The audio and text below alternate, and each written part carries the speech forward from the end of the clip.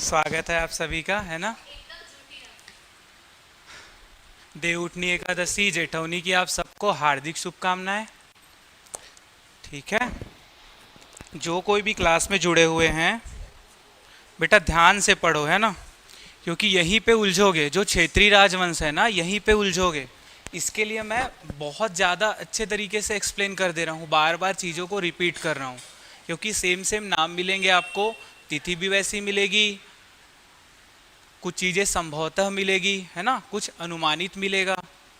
तो यहाँ पे दिक्कतें होंगी आपको। ठीक है, चलिए, कल जहाँ तक थे, राजर्षि तुल्य कुलवंश में एक ताम्रपत्र मिला था, है ना। समुद्रगुप्त के प्रयाग प्रशस्ति के पश्चात कुछ भी नहीं मिला। फिर जाके कुछ समय बाद क्या मिला, एक आरंग से ताम्रपत्र मिला भीमसेन द्वितीय का, जिसमें तिथि के जो उसमें तिथि लिखा हुआ है 182 या 282, जिसको लेके विद्वानों के अलग अलग मत हैं। ठीक है, जिसमें राय बहादुर हीरालाल जी ने उसको 282 माना है, वहीं पे वासुदेव विष्णु मिरासी जी ने उसको 182 माना हुआ है। ठीक है, यहाँ तक की कहानी समझ आ गई आपको। और हीरालाल जी ने जो माना हुआ है 282, उसके ऊपर जो उन्होंने जो तर्क दिया है, वो दो तर्क भी हम लोग ने देख लिया था।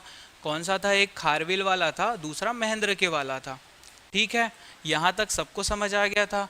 उसके बाद उस ताम्रपत्र में और क्या क्या लिखा है, और क्या क्या उल्लेख है, इसके बारे में देखते हैं। तो जो आरंग से मिला है तो उसका नाम ही है आरंग ताम्रपत्र। ठीक है, ताम्रपत्र किसका था, भीमसेन द्वितीय का था, ये भी पता है ना, भीमसेन द्वितीय का है। और ये भीमसेन द्वितीय कौन सा है, कौन है, ये राजर्षि तुल्य कुलवंश का ही शासक है। ठीक है, यहीं का शासक है। कौन से क्रम का, यह भी नहीं पता है। कौन से क्रम का, यह भी नहीं पता है। ठीक है, तो एक सबसे इंपॉर्टेंट चीज है जो एग्जाम में बार बार पूछा जाता है, ये मेंस में भी आ जाता है। ठीक है, पहला चीज लिखना जो आरंग ताम्रपत्र में हमको मिला है, आरंग ताम्रपत्र में जो एक जानकारी मिलती है, ठीक है, कि भीमसेन द्वारा एक गांव दान में किया जा रहा है। ठीक है, वो गांव कौन सा है, इनके द्वारा एक दान में दिया जा रहा है, एक ग्राम का। ग्राम का नाम क्या है, देखो दोंडा, दोंडा लिखना, दोंडा, है ना, दोंडा में या फिर दोंडा के समीप। तो दोंडा में, यहाँ पे पूरा लिख लो, दोंडा में, है ना, एक गांव है। गांव का नाम क्या है, कहीं कहीं पे आपको क्या लिखे मिलेगा, ये लिखा हुआ भट्टपति, भट्टपति, पति पत्नी वाला। और कहीं कहीं पे आपको लिखा हुआ मिलेगा ये आपको भट्टपल्लिका, भट्टपल्लिका, भट्टपतिया, भट्टपल्लिका। ये क्या है, ये ग्राम है। ठीक है, दान में किसने दिया, भीमसेन द्वितीय ने। दोंडा में भट्टपति या भट्टपल्लिका करके एक गांव है, और ये दोंडा कहाँ पे है, ये दोंडा वर्तमान में आप देखोगे तो ये मुंगेली में है। ठीक है, ये कहाँ पे है, मुंगेली में है। समझ आ रहा है, क्लियर हुआ। मुंगेली में एक जगह है दोंडा, दोंडा में एक जगह है, उसके अंदर एक गांव है, गांव का नाम है भट्टपतिया, भट्टपल्लिका। उसको दान में किसने दिया, भीमसेन द्वितीय ने। उसको दान में किसने दिया, भीमसेन द्वितीय ने।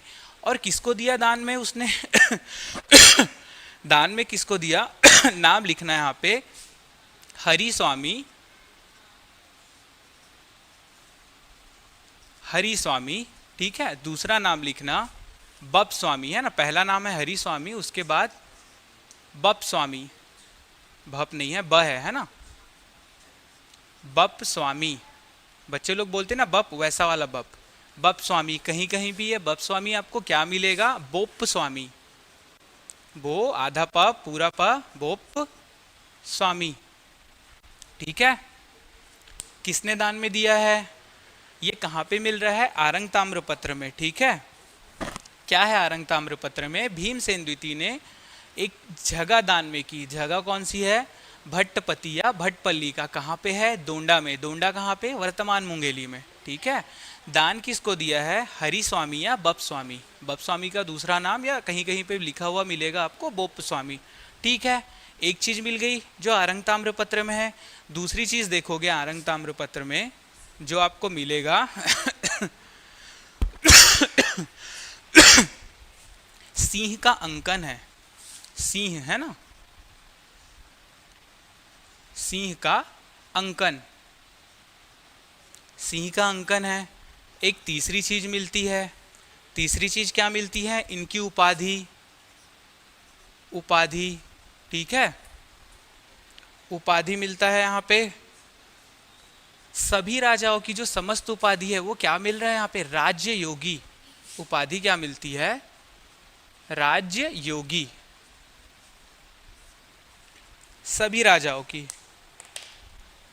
राज्य योगी जो उपाधि है सभी की, सभी की मतलब जितने भी राजर्षि तुल्य कुलवंश के शासक हुए, ठीक है। तीन चीजें मिल गई, पहला है दान में दिया गया ग्राम, उसका उल्लेख, दूसरी चीज जो है सिंह का अंकन, तीसरी चीज जो है उपाधि, उपाधि राज्य योगी, राज्य योगी नहीं राज्य, है ना, जैसे छत्तीसगढ़ राज्य वैसा राज्य योगी की उपाधि, ठीक है। तीन चीजें मिल गई। अब यहाँ पे एक चौथी चीज दिखना जो कि बहुत ही इंपॉर्टेंट है। देखो ये जो भीमसेन द्वितीय है ना, इसके पहले है ना, भीमसेन के पहले 5 शासकों का और उल्लेख है। भीमसेन के पहले, भीमसेन के पहले 5 और शासक, ठीक है, 5 और शासक हैं। तो जो इतिहासकार हैं उन्होंने क्या किया कि जो 5 शासक मिले हैं ना भीमसेन द्वितीय के पहले, ठीक है, यहाँ पे भीमसेन द्वितीय ही लिख दो, भीमसेन द्वितीय जिसका आरंग ताम्रपत्र पढ़ रहे हैं उसी में क्या उल्लेख है कि इनके पूर्व 5 शासक और हैं, ठीक है। तो इनको इतिहासकारों ने क्या किया कि सभी शासकों को 20-20 साल की उनकी जो राज्य में जो शासन किया है ना उसकी अवधि को माना, कि सभी ने मान के चला कि मान के चले इतिहासकार कि सभी ने 20-20 वर्षों तक शासन किया है, ठीक है। तो यहाँ पे लिख लेना इतिहासकार द्वारा, है ना,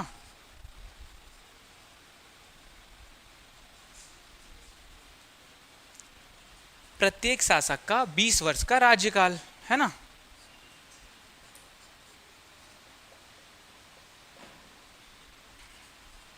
बीस वर्ष राज्य वर्ष रहा उनका, ठीक है, सबको समझ आ रहा है। तो मान के चलो 282 अगर हम पढ़ रहे हैं, मान के चलो कि 282 था, है ना, वो जो गुप्त संवत लिखा हुआ था 282 था। गुप्त संवत आया कब है, 319 ईस्वी में, 319-20 ईस्वी में। तो मोटा मोटा अगर उसको 320 ईस्वी मान के चलते हैं तो यहाँ पे 320 अगर जोड़ देते हैं, ठीक है, 282 में, तो कितना हो जा रहा है ये 602 हो जा रहा है। तो 602 मतलब 7वीं सदी प्रारंभ हो चुकी है, ठीक है, 6वीं सदी खत्म हो चुकी है, 7वीं सदी प्रारंभ हो चुकी है। तो 602, और ये 602 कब मिल रहा है, 602 कब मिल रहा है, जब भीमसेन द्वितीय का आरंग ताम्रपत्र मिला, और उसी में तिथि कितनी है, 282 गुप्त संवत है, और उसी को अगर कन्वर्ट करते हैं ईसवी सन में तो वो 602 मिल जा रहा है। समझ आ रहा है सबको, भीमसेन द्वितीय के ताम्रपत्र की जो तारीख है वो कितनी है, 282 गुप्त संवत, उसको अगर ईसवी सन में करते हैं तो वो 602 ईस्वी होगा, ठीक है। तो 602 ईस्वी में भीमसेन द्वितीय आया, उसके पहले 5 शासक आए हैं, तो 5 शासकों को 20-20 साल के लिए अगर विभाजित कर दिया उनके राज्य वर्ष को, तो ये 20-20 करके 100 वर्ष हो जाएंगे। तो 100 वर्ष पहले चले गए, 100 वर्ष पहले चले गए, तो फिर 100 वर्ष पहले चले गए तो क्या हो गया, प्रारंभ कब से हुआ रहा होगा इसके अनुसार, है ना, तो प्रारंभ कब से हुआ रहा होगा, इस राज्यवंश का प्रारंभ लगभग 500 ईस्वी के आसपास, ठीक है। ये सबको समझ आया, क्लियर है।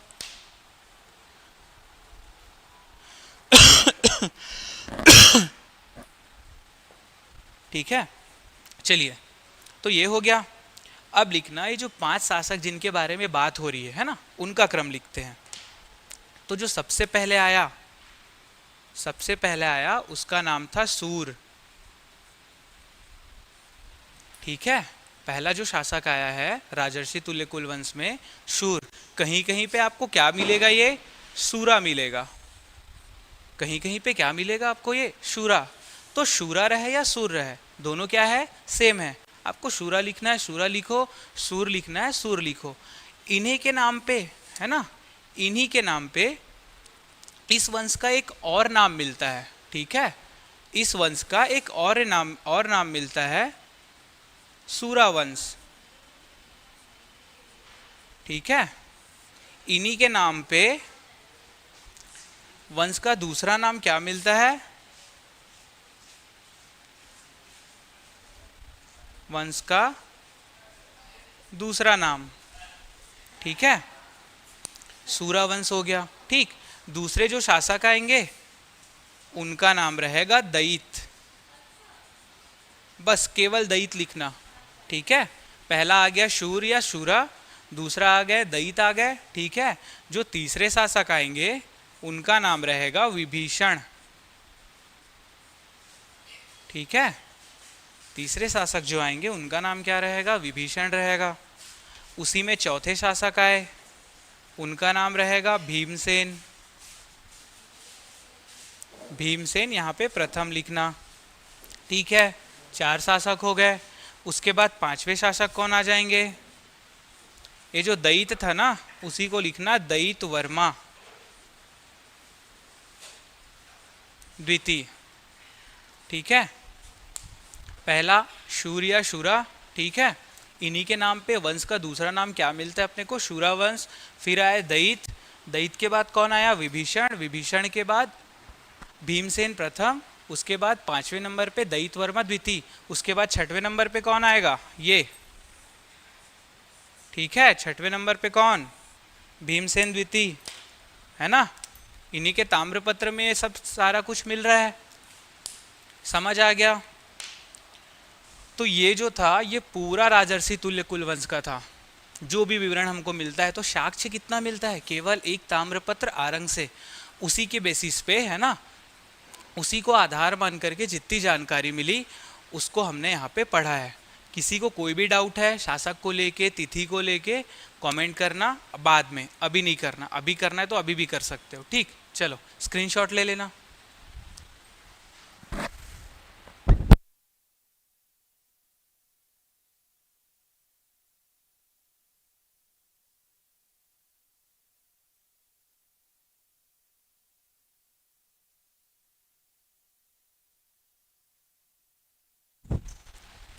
चलिए, हो गया।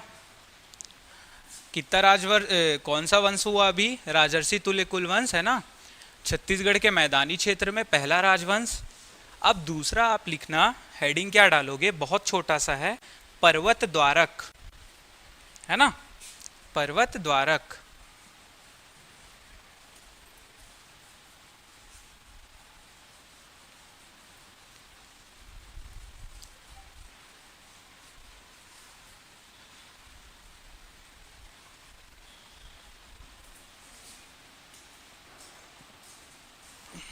दूसरा आप लोग वंश लिखना यहाँ पे,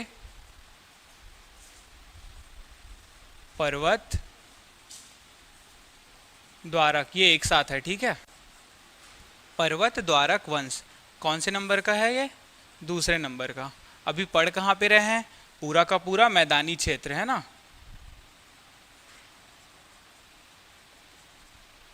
ठीक है, मैदानी क्षेत्र पढ़ रहे हैं। दूसरा राजवंश हो गया। ठीक, ध्यान से देखना, केवल एक स्रोत मिलता है यहाँ पे। कितना, केवल एक स्रोत मिलेगा। पर्वत द्वारक राजवंश के जो विवरण है, जो भी जानकारी है, केवल और केवल एक स्रोत से मिलती है। उस स्रोत में नाम लिखना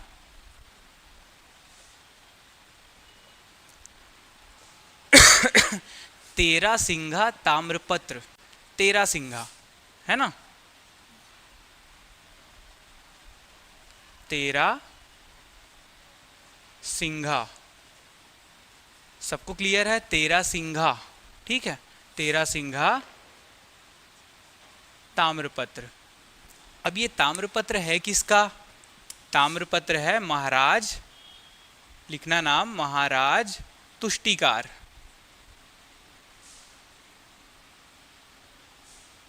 तुष्टिकार, या फिर कहीं कहीं पे आपको क्या मिलेगा, तुष्टिकर मिलेगा, है ना,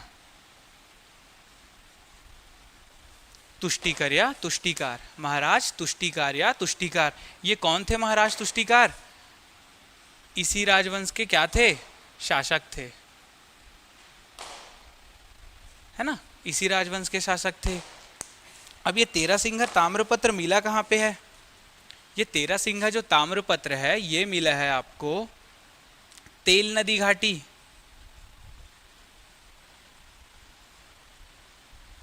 ठीक है, तेल नदी घाटी में।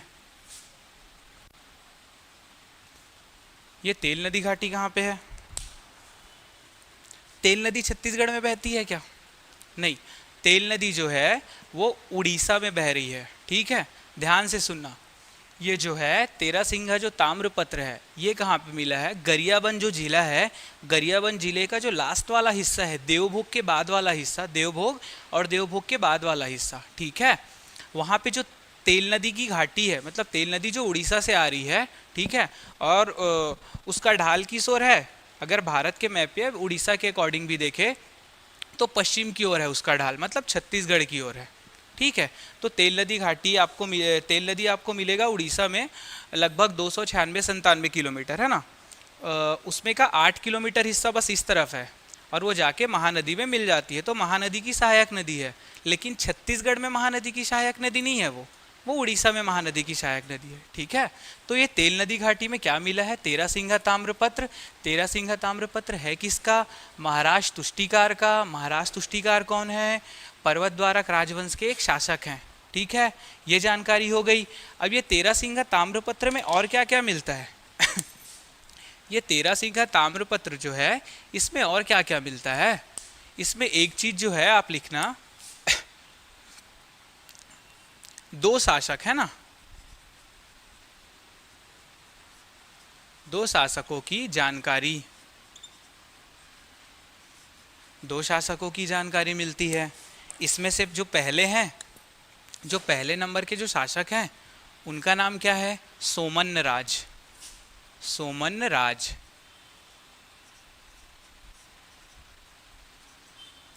पहले जो शासक है जिनके बारे में जानकारी मिल रही है तेरहसिंगा ताम्रपत्र में है ना, वो क्या है? नाम क्या है? सोमन राज, है ना।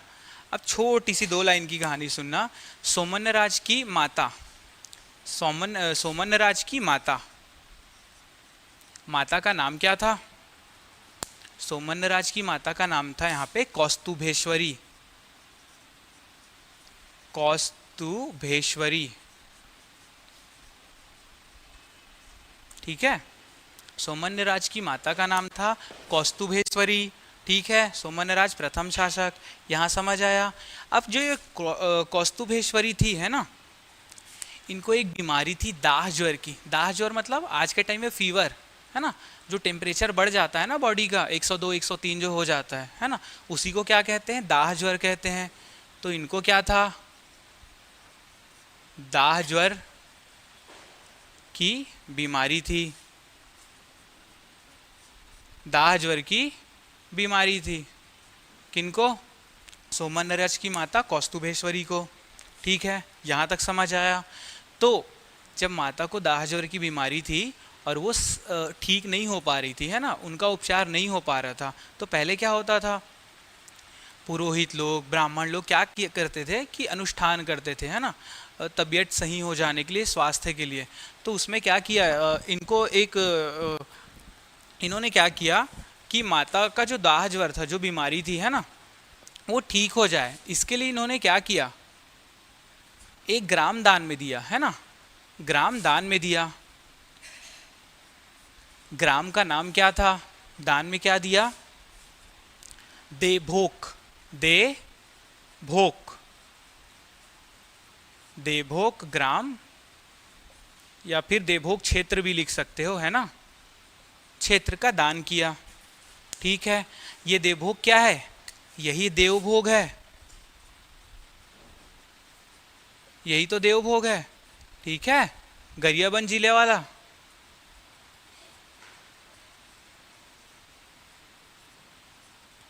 समझ आया?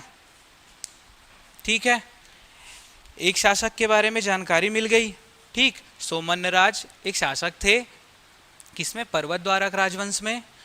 उल्लेख कहाँ पे मिलता है? महाराज तुष्टिकार के 13 सिंहाभिलेख में। माता का नाम है सोमन्नराज की, कौस्तुभेश्वरी। उनको बीमारी थी दाह ज्वर की, तो बीमारी से उपचार के लिए, है ना, उनको राहत मिल जाए, इसके लिए इन्होंने क्या किया, एक जो क्षेत्र था देवभोग नाम से, है ना, अभी वर्तमान समय में हम लोग उसको देवभोग करके जानते हैं, है ना, तो देवभोग करके एक क्षेत्र था, उसको इन्होंने दान में दिया। ठीक है, दान में किसको दिया ये भी देख लेना, पूछा जाता है। ठीक है, दान में किनको दिया? द्रोणा स्वामी, द्रोणा स्वामी को। ठीक है, द्रोणा स्वामी को दिया दान में। ये कश्यप गोत्र के थे, कश्यप गोत्र, है ना, ये कश्यप गोत्र के थे। ठीक है, ये इंपॉर्टेंट है, इसके लिए लिखवाया है ना, भूल गया था। ठीक, चलिए अब जो दूसरे शासक के बारे में जो जानकारी मिलती है वो स्वयं कौन रहेंगे? ताम्रपत्र किसका है? ताम्रपत्र किनका है? ताम्रपत्र किनका है? तुष्टिकार का, है ना। तो जो रहेंगे महाराज तुष्टिकार। ठीक है, द्वितीय शासक जो है महाराज तुष्टिकार। जब इन्होंने गांव एक दान में दिया है क्षेत्र, तो इन्होंने क्या किया? इन्होंने भी क्या किया? दान किया। क्या दान किया? एक क्षेत्र, एक गांव, नाम क्या था उसका? पर्वत द्वारक ना। दान में क्या दिया? पर्वत द्वारक क्षेत्र लिख लेना, है ना। पर्वत द्वारक नामक क्षेत्र को इन्होंने क्या किया? दान कर दिया। अब इन्होंने किसको दान किया? इन्होंने किसको दान किया? इन्होंने भी इन्हीं को दान किया है, द्रोणा स्वामी को। दोनों ने किनको दान किया? सोमन्नराज और महाराज तुष्टिकार ने द्रोणा स्वामी को। ठीक है, द्रोणा स्वामी कौन थे? मतलब उनका गोत्र क्या था? कश्यप गोत्र के थे। ठीक है, ये दो चीजें समझ आई। एक इंपॉर्टेंट चीज लिख लेना यहाँ पे, ये 13 सिंहा ताम्रपत्र का था। ये जो थे, जो पर्वत द्वारक राजवंश के जो शासक थे, है ना, जो भी थे पर्वत द्वारक राजवंश के जो लोग थे, वो किसकी उपासना करते थे? स्तंभेश्वरी देवी के, है ना। उपासना लिख दे रहा हूं यहाँ पे। पूजा किसकी करते थे? उपासना जिसकी करते थे, नाम क्या था? स्तंभेश्वरी देवी। ठीक है, स्तंभेश्वरी देवी के क्या थे? ये उपासक थे। ठीक, यहाँ तक समझ आया। और ये स्तंभेश्वरी देवी जो उपासना ये लोग करते थे, ये कहाँ पे था? ये पर्वत द्वारक में ही था। ठीक है, ये पर्वत द्वारक में ही था। ये जो क्षेत्र है स्तंभेश्वरी देवी का, ये कहाँ पे है? पर्वत द्वारक में। पर्वत द्वारक कहाँ पे है? देवभोग वाले क्षेत्र में। देवभोग जो तात्कालिक जो नाम था देवभोग था, है ना, वहाँ पे है। ठीक है, और एक इसी से लेके एक बहुत इंपॉर्टेंट जो क्वेश्चन बनता है, ठीक है, ये जो स्तंभेश्वरी जो देवी है ना पर्वत द्वारक में, इनकी एक समानता होती है, तुलना होती है। इनकी तुलना, तुलना या समानता लिख लेना। ठीक है, तुलना या समानता की जाती है किससे? कालाहांडी जिला उड़ीसा सबको याद है। ठीक है, कालाहांडी जिला उड़ीसा, उसमें एक जगह है परथला। परथला, परथला से, परथला कहाँ पे है? कालाहांडी में। कालाहांडी कहाँ है? उड़ीसा में। अब आगे नहीं लिखाऊंगा कि उड़ीसा कहाँ है। ठीक है, ये हो गया। एक चीज़ और लिख लेना, इनकी जो राजधानी थी, जो राजधानी थी ये, है ना, यही, चलो अलग से लिख ले रहा हूँ, है ना। जो राजधानी थी वो भी क्या थी? देवभोग। देवभोग या देवभोग, ब्रैकेट बना लेना, ठीक है। र दिख रहा है, ये हो गया। चलिए पर्वत द्वारक एक बार वापस से रिपीट कर दे रहा हूं मैं। पर्वत द्वारक राजवंश केवल और केवल एक ही स्रोत मिलता है, केवल और केवल एक ही स्रोत मिलता है, कौन सा? तेरासिंगा ताम्रपत्र, ठीक है। केवल और केवल एक स्रोत मिला, तेरासिंगा ताम्रपत्र। किसका है? महाराज तुष्टिकार का। महाराज तुष्टिकार कौन है? पर्वत द्वारक राजवंश के शासक हैं, ठीक है। तेरासिंगा ताम्रपत्र मिला कहाँ है? तेल नदी घाटी। तेल नदी घाटी छत्तीसगढ़ उड़ीसा बॉर्डर, कहाँ पे? कौन से जिले से? गरियाबंद जिले के पास वाले में, ठीक है, वहाँ पे मिला है। वहाँ पे उल्लेख क्या है फिर? ये इसमें जो ताम्रपत्र है, इसमें जो जानकारी मिलती है, दो शासकों के बारे में जानकारी मिलती है। प्रथम शासक है सोमन राज, है ना, उनके बारे में जानकारी मिलती है कि उनकी जो माता थी कौस्तुभेश्वरी, उनको दाह ज्वर की बीमारी थी, जिसके लिए इन्होंने देवभोग नामक जो क्षेत्र है, ग्राम है, उसको दान में दिया था, ठीक है। दूसरी जो जानकारी मिलती है कि जो स्वयं महाराज तुष्टिकार के बारे में, उन्होंने क्या किया था? पर्वत द्वारक जो क्षेत्र है, ग्राम है ना, उनका दान किया था, ठीक है। ये दोनों ने ये जो क्षेत्र है देवभोग और पर्वत द्वारक किसको दान में दिया था? द्रोणा स्वामी। द्रोणा स्वामी करके एक व्यक्ति थे जिनका गोत्र था कश्यप गोत्र था, ठीक है, उनको इन्होंने दान में दिया, ठीक है। उसके बाद क्या बताया मैंने? ये उपासक किसके थे? किसकी पूजा करते थे? ये स्तंभेश्वरी देवी करके एक देवी थी, उनकी ये पूजा करते थे। और इसी स्तंभेश्वरी देवी की, और ये कहाँ पे है? पर्वत द्वारक में। और इसी स्तंभेश्वरी देवी की तुलना या समानता की जाती है उड़ीसा में एक जगह है परथला, उड़ीसा में एक जगह है परथला, कालाहांडी जिले में, उससे इनकी समानता की जाती थी। इनकी राजधानी क्या थी? देवभोग, ठीक है। फटाक से स्क्रीनशॉट ले लेना।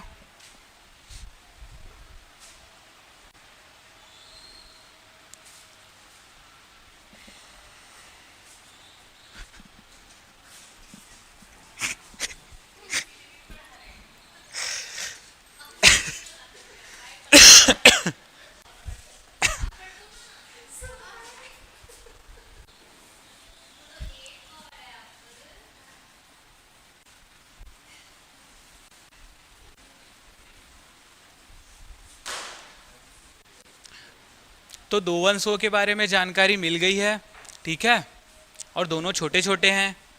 राजर्षि तुल्य कुल वंश वो कहाँ पे था? आरंग में था, ठीक है। और ये पर्वत द्वारक राजवंश ये कहाँ पे मिला हमको? देवभोग गरियाबंद वाले क्षेत्र में, ठीक है।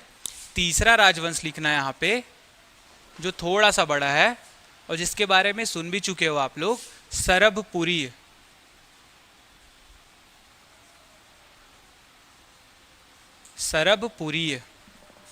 सरभपुरी वंश है ना, ठीक है।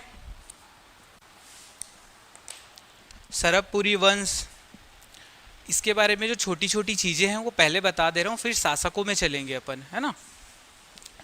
तो देखो यहाँ पे देखना, ये प्रारंभ कब हुआ? प्रारंभ हुआ है इसका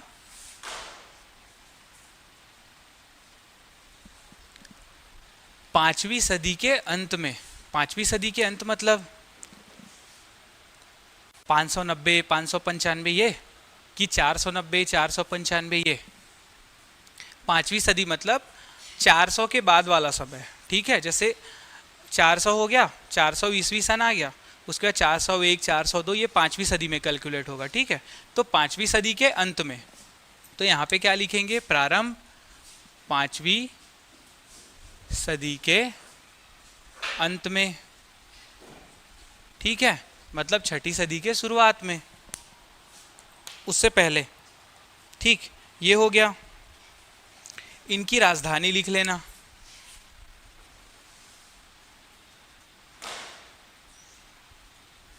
राजधानी क्या थी इनकी?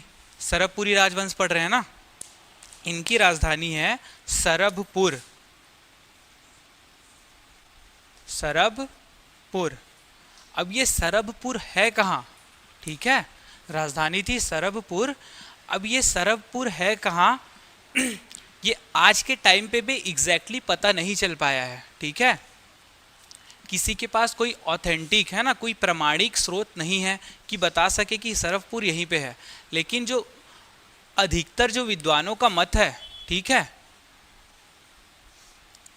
जो अधिकतर विद्वानों का मत है उसके हिसाब से सरभपुर को मल्हार मानते हैं। मल्हार जो है ना बिलासपुर में जो मल्हार है, यहाँ पे लिख दे रहा हूँ, मल्हार कहाँ पे है, बिलासपुर में, ठीक है, यही सरभपुर है, ऐसी जानकारी मिलती है। जो ज़्यादातर जो स्रोत मिलते हैं, ठीक है, जो जानकारी मिलती है उससे क्या प्रमाणित होता है कि मल्हार है।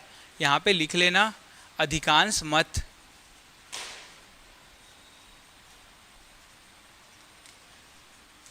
विद्वान मत, है ना।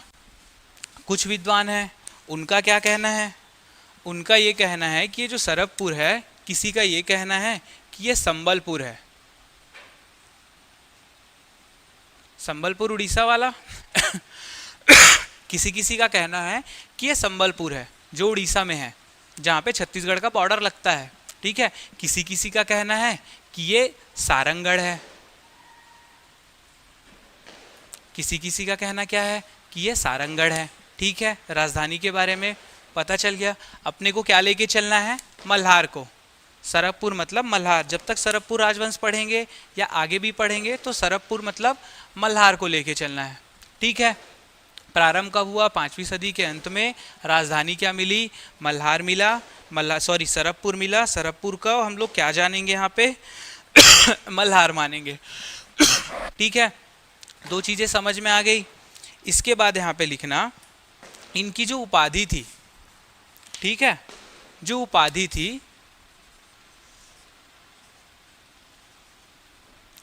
वो थी परम भागवत।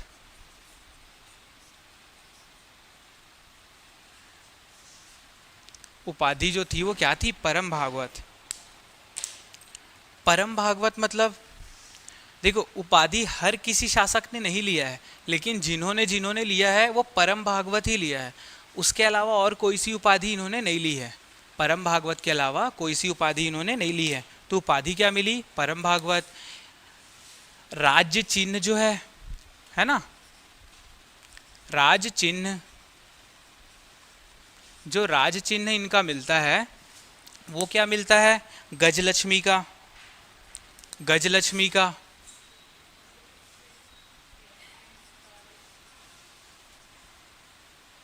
ठीक है। राज चिन्ह जो मिलता है वो क्या मिलता है, गजलक्ष्मी का मिलता है, ठीक है।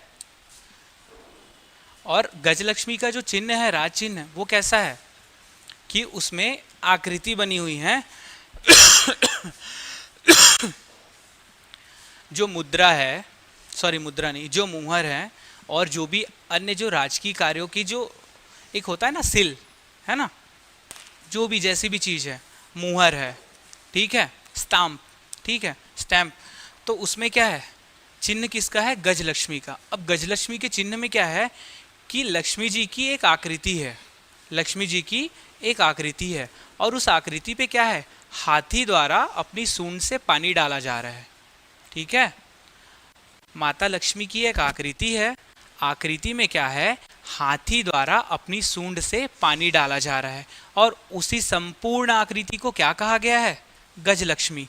और ये गजलक्ष्मी क्या है, राज चिन्ह है। राज चिन्ह किसका है, सरभपुरी राजवंश का, ठीक है। ये चीज समझ आ गया। उसके बाद लिखना है यहाँ पे क्षेत्र लिखना। यहाँ पे लिख दूं क्या, हाथी द्वारा सूंड से पानी,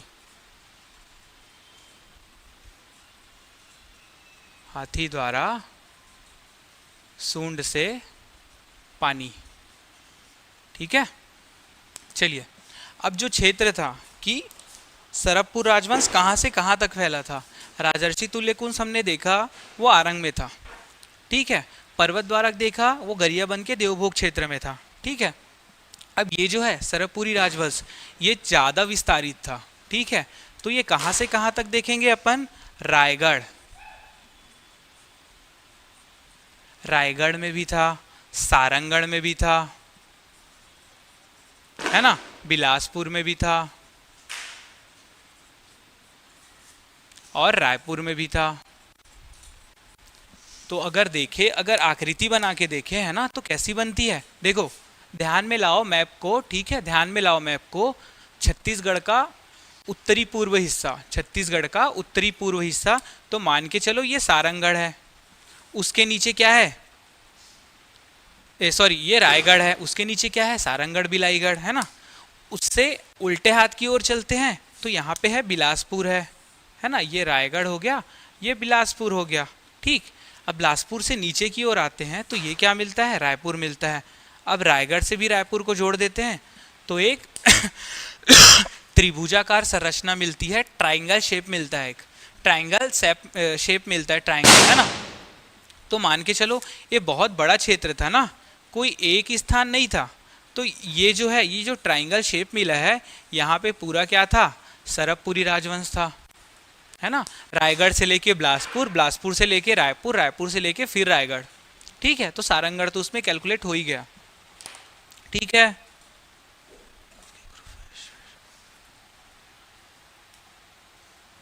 चलिए, तो ये समझ आ गया क्षेत्र कहाँ से कहाँ तक था, है ना। राज चिन्ह भी पता चल गया, उपाधि भी पता चल गई, राजधानी भी पता चल गई, प्रारंभ कब हुआ था राजवंश का ये भी पता चल गया, ठीक है। एक चीज लिखना, इन्होंने कैलेंडर का प्रयोग नहीं किया था, है ना। किसी भी संवत का प्रयोग नहीं किया, है ना। जैसे अब अभी तक से पढ़ रहे थे तो गुप्त संवत मिल रहा था, है ना, आगे पढ़ेंगे तो शक संवत मिलेगा कहीं कहीं पे भी, ठीक है। ईसवी सन कुछ भी मिले, इन्होंने किसी भी तिथि का प्रयोग नहीं किया है, तिथि को बताने वाले किसी भी साधन का प्रयोग नहीं किया है।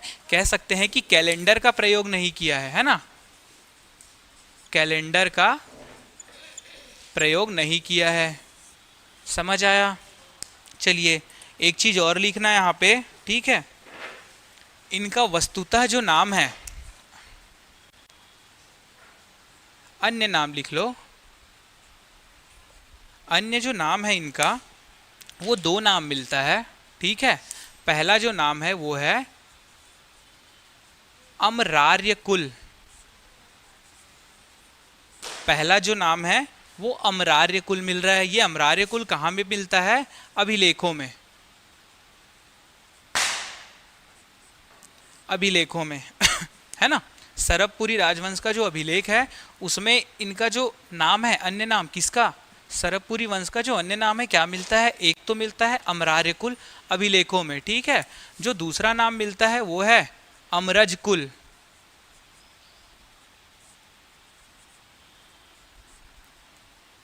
अमरज कुल, ये कहाँ पे मिला है, इसी में एक शासक आएंगे व्याघ्रराज, है ना। तो व्याघ्रराज का क्या रहेगा, मल्हार से एक ताम्रपत्र मिलेगा,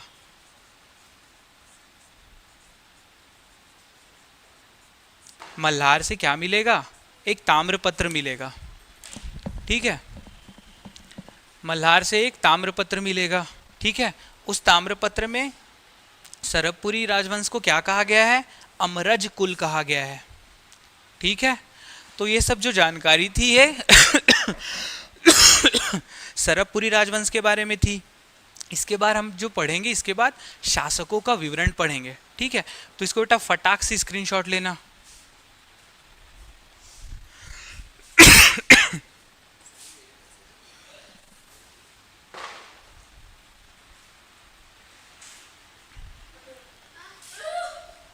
चलिए, देखो क्या क्या देखे, प्रारंभ देखे जो 5वीं शताब्दी के अंत में हुआ, ठीक है। राजधानी हमने देखा सरबपुर, जो अधिकांश जो विद्वान हैं उनकी मान्यता क्या है, ये सरबपुर कहाँ पे है, जो मल्हार जो अभी जो जानते हैं वही सरबपुर है। उसके बाद उपाधि देखते हैं तो परम भागवत, है ना। जो भी शासक उपाधि लेंगे या तो परम भागवत ही लेंगे या तो कुछ नहीं लेंगे, ठीक है। राज चिन्ह देखा हमने गजलक्ष्मी, गजलक्ष्मी में कैसा है, माता लक्ष्मी की आकृति है, उसके ऊपर हाथी द्वारा सूंड से पानी डाला जा रहा है, ठीक है। उसके बाद क्या देखा हमने कि यहाँ पे इन्होंने किसी भी कैलेंडर का प्रयोग नहीं किया है, ठीक है। और इस राजवंश का जो अन्य नाम हमने देखा है ना, पहला नाम जो देखा है हमने वो है अमरार्य कुल, जो कहाँ पे मिलता है, अभिलेखों में। दूसरा नाम जो है अमरज कुल मिलता है, वो कहाँ पे मिलता है, जो व्याघ्रराज हैं, इसी राजवंश के जो शासक होंगे उनका एक मल्हार ताम्रपत्र मिलेगा। ठीक है, वहाँ पे क्या मिलता है, इस वंश का जो नाम है, अन्य नाम, वो मिलता है अमरज कुल। ठीक है, अब शासकों के बारे में जानकारी देखते हैं। छोटे छोटे से शासक है ना, बड़ा कुछ नहीं है, बहुत जल्दी खत्म हो जाएगा। तो पहला शासक यहाँ पे आप लोग लिखना, शासक डाल लेना पहले हेडिंग में। ठीक है, उसके बाद 1 2 3 4 जैसे बताते जाऊंगा वैसे लिखना। तो पहला राजवंश का नाम क्या है, सरभपुरी राजवंश। तो सबसे पहले कौन से शासक आएंगे, सरभ राज। ठीक है, तो नाम क्या लिखोगे, सरभ राज। प्रथम शासक कौन आया, सरभ राज। अब ये जो सरभ राज है, ठीक है, यही क्या है, संस्थापक हैं। ठीक है, संस्थापक है, और इन्हीं के नाम पे राजधानी है, इन्हीं के नाम पे राजधानी है।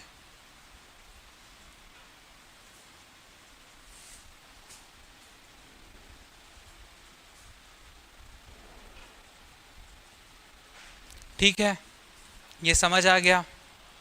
संस्थापक कौन है, सरभराज, जो प्रथम शासक है सरभपुरी राजवंश के। राजधानी जो सरभपुर है ना, राजधानी जो सरभपुर है, इन्हीं के नाम पे बना है, इन्हीं के नाम से राजधानी को नाम क्या मिला, सरभपुर मिला। ठीक, अब थोड़ा सा कहानी सुनना कि ये जो सरभराज है ना, ये थे कौन। एकाएक तो आ गए नहीं होंगे। तो जो वाकाटक राजवंश हमने पढ़ा है, ठीक है, वहां पे प्रवरसेन प्रथम था। एक शासक हुआ था प्रवरसेन प्रथम, सबको पता है ना, जो पढ़ रहा होगा उसको याद होगा।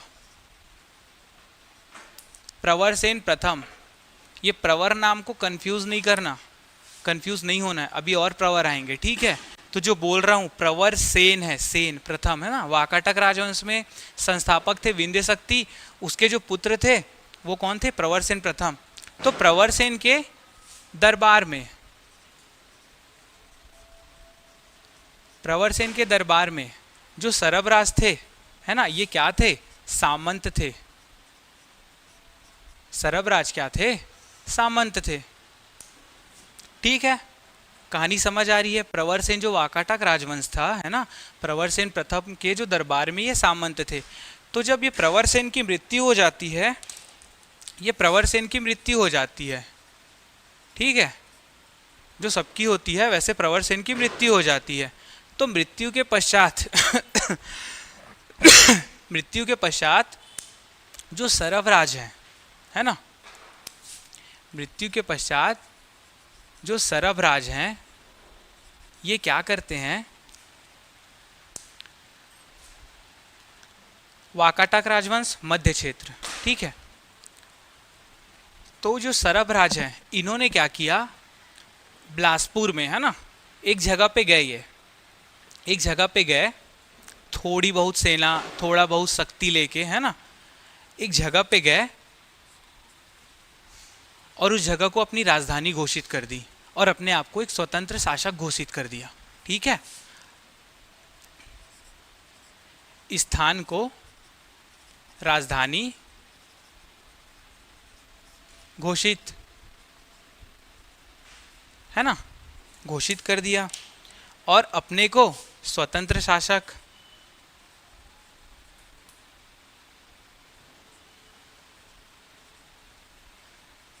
स्वतंत्र शासक घोषित कर दिया। समझ आ रही है कहानी। तो जो जिस स्थान पे गए थे, जिसको अपनी राजधानी इन्होंने घोषित की थी, वो स्थान कौन सा था, यही तो था सरभपुर। ठीक है, वो स्थान कौन सा था, सरभपुर। अब समझ आया कि सरभपुर कहाँ से आया और राजधानी कैसे बनी। ठीक है, तो क्या हुआ था, प्रवरसेन प्रथम के दरबार में सरभराज सामंत थे। प्रवरसेन प्रथम के जो वाकाटक वंश के हैं, है ना, ये वाकाटक वंश के हैं। ठीक है, इनके दरबार में जो सरभराज है वो सामंत थे। ठीक है। उसके बाद क्या था, प्रवरसेन प्रथम की मृत्यु हो जाती है। तो मृत्यु के पश्चात जो भी शक्ति थी सरभराज के पास, है ना, जो भी छोटी मोटी सेना थी, जो भी शक्तियाँ थी, है ना, जो भी क्षेत्र थे, उनके दम पर इन्होंने क्या किया, एक स्थान पे गए और उस स्थान को अपनी राजधानी घोषित कर दी और अपने आप को एक स्वतंत्र शासक घोषित कर दिया। और उस स्थान को जिसको इसने अपनी राजधानी घोषित की थी उसका नाम इन्होंने दिया सरभपुर, ठीक है, मतलब मल्हार मान के चलते हैं। ये एक पॉइंट हो गया सरभराज का, ठीक है। उसके बाद अभी आगे लिखने हैं, इन्होंने सोने के सिक्के चलाए। क्या चलाए इन्होंने, सोने के सिक्के।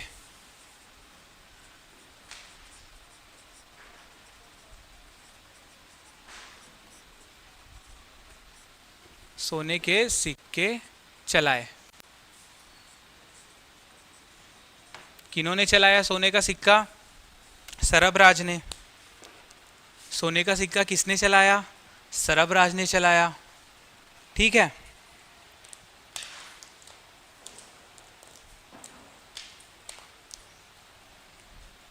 अब ये जो सोने के सिक्के थे इसमें जो एक विशेष बात मिलती है वो क्या है, ये जो सोने के सिक्के हैं इसमें जो भाषा है, भाषा है ना, कुछ तो लिखा होगा ना, सिक्का है तो ये जो भाषा है इसमें वो कौन सी भाषा है, संस्कृत भाषा है, संस्कृत है, जो भाषा है संस्कृत है। लेकिन उस समय जो भाषा का जो चलन था वो क्या था, उस समय जो चलन था भाषा का वो है प्राकृत भाषा का चलन था, समझ रहे हो। उस समय प्राकृतिक भाषा चलन में था लेकिन इसने अपने सिक्कों पे संस्कृत लिखवाया, संस्कृत में। जैसे अभी हिंदी का क्लास चल रहा है, ठीक है, हिंदी में बता रहे हैं, हिंदी में पढ़ा रहे हैं, अचानक से मैं उर्दू में पढ़ाऊँ या तेलुगु में पढ़ाऊँ, तमिल में, ठीक है, वैसा। तो यहाँ पे क्या हुआ, उस समय चलन था प्राकृत भाषा का, ठीक है। तो इन्होंने अपने सिक्कों पे सोने के सिक्के नहीं लिखना है, यहाँ पे केवल सिक्का लिखना, ठीक है। सिक्के चलाए और सिक्कों पे भाषा कौन सी थी, संस्कृत भाषा थी, ठीक है। ये समझ आ गया। चलिए अब यहाँ पे दिखना, यहाँ पे इनके दो पुत्र थे, दो पुत्र थे सरभराज के, दो पुत्र, ठीक है। जो पहला था, है ना, ज्येष्ठ पुत्र जो था उसका नाम क्या था, महेंद्र, ठीक है। और जो दूसरा पुत्र था उसका नाम क्या था, नरेंद्र, ठीक है। पहले पुत्र का नाम महेंद्र रहेगा तो दूसरे पुत्र का नाम नरेंद्र भी रहेगा। अब जो ये नरेंद्र था इसका एक ताम्रपत्र मिलता है, पीपर दुला, कहीं कहीं पे आपको डुला मिलेगा, पीपर दुला ताम्रपत्र, ठीक है, पीपर दुला ताम्रपत्र। ये पीपर दुला एक जगह है, ठीक है, वहां से ताम्रपत्र मिला, इसके लिए इसका नाम क्या पड़ गया, पीपर दुला ताम्रपत्र। और ये जगह है कहाँ पे एग्जैक्टली अगर बताऊं आपको, आपको पूरी बुक में मिलेगा ये सारंगढ़ में, पूरी बुक में आपको कहाँ पे मिलेगा, सारंगढ़ में। लेकिन ये है कहाँ पे, एग्जैक्टली है बिलाईगढ़ में, ठीक है, बिलाईगढ़ में है, एक ग्राम है एक, ठीक है। पीपर दुला ताम्रपत्र में जो नरेंद्र का मिला है, सरभराज के जो छोटे बेटे हैं नरेंद्र, है ना, उनका पीपर दुला ताम्रपत्र मिला है। और उसमें लिखा क्या हुआ है, इसमें लिखा है, जो लिखा है वो बता रहा हूं, है ना, सरभराज गोपराज का नाना।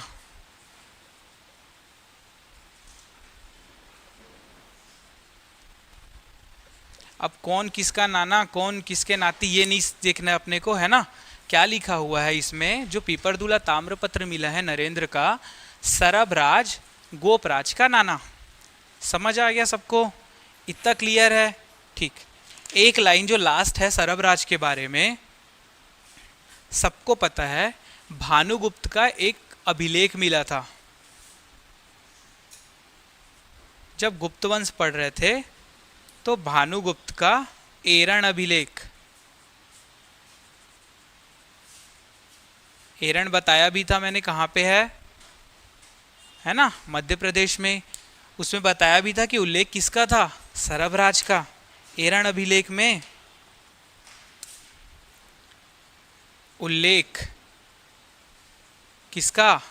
सरभराज का। ठीक है, सरभराज का उल्लेख है। और ये जो एरण अभिलेख है इसकी तिथि क्या है? एरण अभिलेख की तिथि क्या है? 510 ईस्वी। 510 ईस्वी।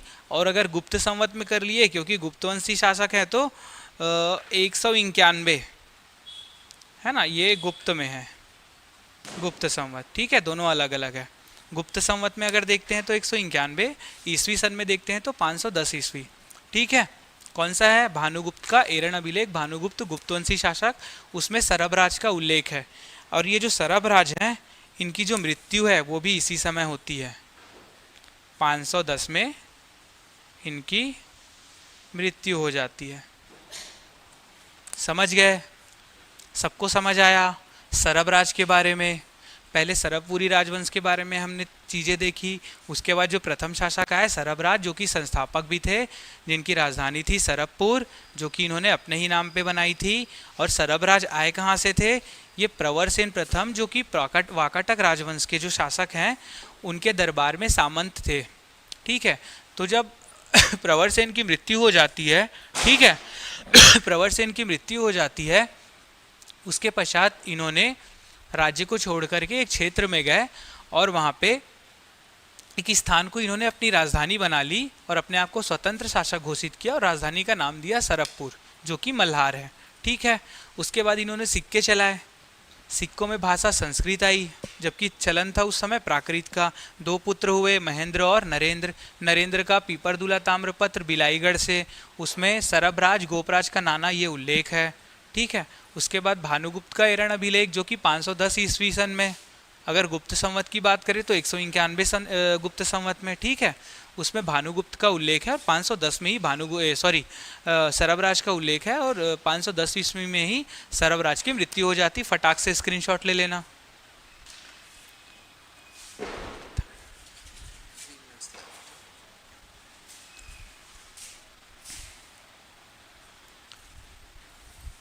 ठीक है, अब देखो सरभराज की मृत्यु हो जाती है, उसके बाद कौन शासक बनेगा? बड़ा पुत्र या छोटा पुत्र? है ना, बड़ा पुत्र शासक बनेगा। तो दूसरे नंबर के शासक में हम लिखते हैं महेंद्र। महेंद्र लिखते हैं। अब ये महेंद्र है कौन? समुद्रगुप्त के समय में, समुद्रगुप्त के समय में, कंफर्म नहीं कह रहा हूं, ठीक है, समुद्रगुप्त के समय में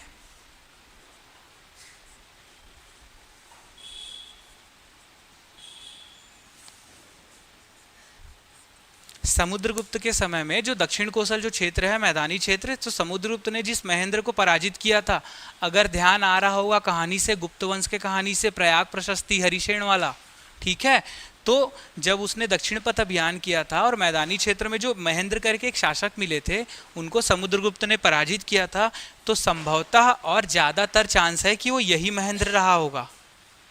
ठीक है, क्योंकि हम जब तिथि देखते हैं तो मैक्सिमम चीज़ें मैच करती हैं, अधिकांश, है ना, जो जानकारी है वो वैसी हैं, तो यही महेंद्र रहा होगा। ठीक है, 2 शासकों के बारे में जानकारी पढ़ लिए। यहाँ पे तीसरा शासक लिखना नरेंद्र। महेंद्र में एक चीज लिख लेना, महेंद्र के बाद नरेंद्र क्यों शासक बना? यह निसंतान था, है ना, इनका कोई पुत्र नहीं था। ठीक है, तो इतना हो गया। आगे के जो शासकों के बारे में जानकारी है वो हम लोग कल की क्लास में करेंगे। ठीक है, और जो भी जुड़े हो, जिसको भी जो भी डाउट है, क्लास में भी पूछ सकते हो, बाद में भी पूछ सकते हो, डाउट पूछा करो। ठीक है, चलिए, तो आज की क्लास में इतना ही, समय भी हो गया है। चलिए, धन्यवाद।